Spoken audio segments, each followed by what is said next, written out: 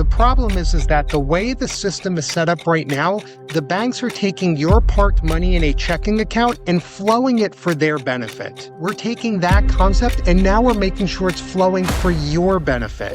We're just taking the tools that the banks have set up, reversing them and screwing them. All right, super excited for today's episode. Here's the Ask Ken segment. As you guys all know, we start off every episode with this. Grateful for the question that came in. What's the fastest way to know if my DSO is overstaffed? The very simple answer is, as a percentage of revenue or percentage of collections, if you're seeing that more than 28 to 30% of the revenue or the collections that are being generated in the practice, if those are over that amount, most likely you've got an issue.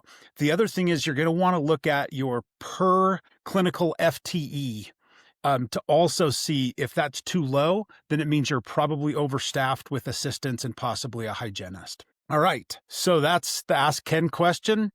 And now I'm super, super excited for this episode that we have. Grateful to have Howard Polansky with us. Howard, why don't you just take a minute, introduce yourself to the audience, and then we will jump right into what your truth is that you want to talk about. Sure. Howard Polansky, I did practice dentistry, so I know the frustrations, the aggravations, the cost of staff and overhead. I did it for 16 years. I don't do it now. I got out of dentistry about 7 years ago. We'll get into the story why, but what my company now is called Financially Led. And where I help people is looking at your fixed debt payments, your mortgages, your cars, your student loans, your practice debt, your equipment debt, and saying to yourself, if we got rid of those payments sooner, faster, more efficiently, what would life look like for you? Would you have to stress every day in terms of that BAM number that you're trying to hit? Would EBITDA mean as much? And I know it might fly in the face in terms of Ken's audience here, but would you have to sell to a DSO and feel like that's the most productive way? So that's what I do. That's awesome. All right, so let's go ahead and jump in then. And so what is this secret that you've got and that you're sharing and you want to share with all the listeners today? Yeah, so the way that we're increasing our cash flow without changing lifestyle, without having to cut staff, without having to cut production is strategically utilizing lines of credit. All right, so first we have to explain what is a line of credit. A line of credit is an open-ended tool. Most common examples, a credit card. You call up a bank, you get approved for a $1,000 limit on a credit card. You purchase $3,000 of goods and services. At the due date, if you don't pay that $3,000 off, you still have $7,000 available in the line. I call that availability access to cash. But once you pay the $3,000 off, you have the full $10,000 available again, versus something like a mortgage. That is a one-way street. You put the money in, you can't get the money back out. And it's not a coincidence in that a mortgage and an amortization table have the same root word, M-O-R-T, as mortuary and mortician. The system is set up for you to make payments until the day you die, or you're going to die trying. But utilizing a line of credit, utilizing this open-ended tool in a strategic fashion, you can use what's known as its simple interest. You only have to pay the interest that's accrued against these fixed payment debts. And when you have that cash flow available, you can spin this wheel that you get rid of those debts far faster than you ever imagined. Interesting. So what's the best way for our listeners to try to digest exactly what this is and exactly how it works? Do you have an example possibly, or how do you explain this at sort of the lowest level, lowest common denominator for somebody who's just trying to get their head around this? Sure. So, a common example or a simple example I use when you can see a presentation, but we'll just get to the brass tacks of it. Imagine you had a car payment, okay? It's $400 a month. It's at a 0% interest rate, and you have $12,000 left. So that means you've got 30 monthly payments to go. But let's just say that you also had a line of credit available. It's $30,000 in size, okay? And if you utilize it, it's at a 10% interest rate. And so, what I would suggest in this case, and again, forget all the other parameters that I'm looking at, but just in terms of the basic information I gave here, is we're going to move that balance of $12,000 to the line of credit. So, what happens is the $400 payment goes away, which means we just increased our cash flow $400. But now the alarm bells are going off in your head. You're saying, wait a second, I just had something at a 0% interest rate. Now, not only do I have an interest rate, this is at a high interest rate. Howard, sounds insane. Why would I do this? And Ken, the reason why you would look at doing this is because you don't pay an interest rate, you pay a payment. And so if it is a $12,000 balance, that stays at $12,000 for 30 days, that you are being charged interest at 10%. Since the only thing you owe is just the interest that's accrued, that calculation would be $100. So, Ken, if it was a tight month for you, which would be easier to pay? 400 or 100? Okay. Now, understand, I know we're in that specific scenario I just gave you, we're not paying the card down. But from a burden perspective, everyone's just looking at the next 30 days in terms of this is how much money I made. This is how much my expenses cost. Can I afford this? Yes or no? This just now gave us a little bit more breathing room in that very simple example. Very nice. All right. So I'm sure that there are some that have implemented your program and maybe they're at kind of a basic level. And then I'm sure that you sort of have the PhD level folks as well that you kind of coach and you work with. I'm curious how you would explain what that most sophisticated client is that you're working with and the value proposition of moving things in and out of that line of credit like you're starting to talk. Yeah. So for those clients that invest in me to make sure that we get this done correctly, where there's a couple of parameters that we have to set in place. And that is number one, we always have a little bit of a cash cushion. Okay. Because there's going to be little expenses that come up that we don't put every dollar into our line of credit and keep our checking account at zero. You can't pay expenses directly from a line of credit. You're using the checking account as a pass through.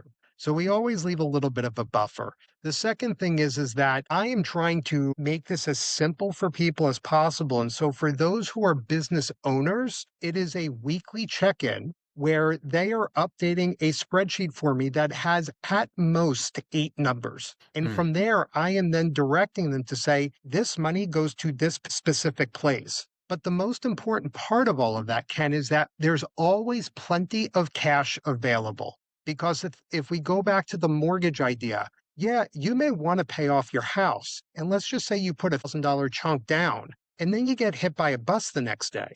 Your spouse can't go to the bank and say, can I get that $30,000 back? They're just going to laugh at you. It's like, Sure. well, okay, can I get a second loan against my house? What's your income? Zero, because my spouse is in the hospital. Thanks, but no thanks. And now all of a sudden you're stuck because of the open-ended nature of the line of credit.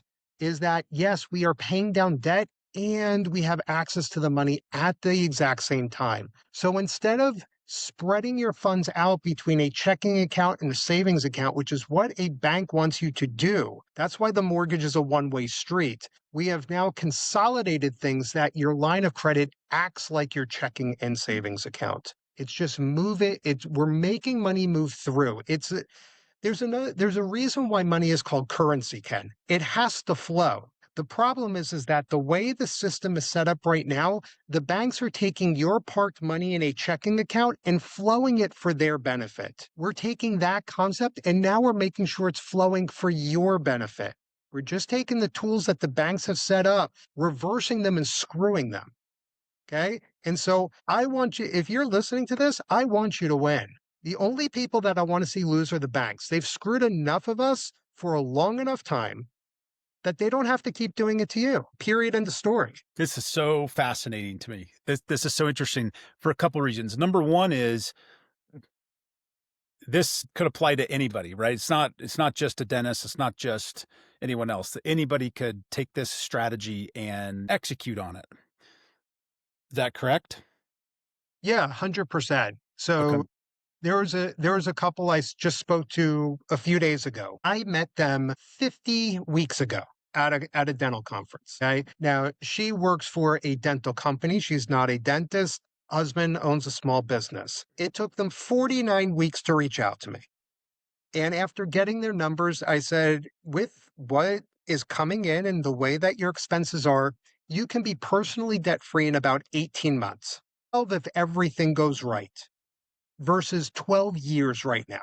And her answer back was, so if I reached out to you 49 weeks ago, I could have been debt free next month. Pretty much. Damn. And she didn't say damn. It was a lot stronger than that, but I'm trying to keep this PG. And so yes, the answer is it does not have to be just a business owner. This can be a W-2 or two employees with the understanding of I'm not asking for people to be paupers. I want you to live your life. But you do have to understand and respect that income needs to be greater than expenses. Okay. So let Dave Ramsey and let Susie Orman deal with the 90% who just can't understand what a budget is and think that they can just put everything on a credit card and never have to pay it back. This is not for them. If you are listening to this podcast, if you are a client of Ken's, you are in the top 10, if not top 5, if not top 1% of income in the United States. There's a different way to play the game. If only you knew how to play it, that there was a different way. I'm trying to share that with you, Ken, and with your audience. So I've heard of some of these types of things before, and I've been sitting here racking my brain trying to remember what the naming convention is. Could you maybe what are some of the common terms that are used by those who actually do this the right way? And there's always imposters, right? What are the terms that are used by perhaps the ones that are doing things a little bit wrong or just a little bit different than the way you wanted to see it done? Yeah. So it really started a little bit over 20 years ago. It was called the Australian banking concept, but the more common vernacular term, if you're going to look it up, it's called velocity banking. Okay. Okay. And again, you're not buying a product. If you're thinking like I'm buying a line of credit, okay, sure.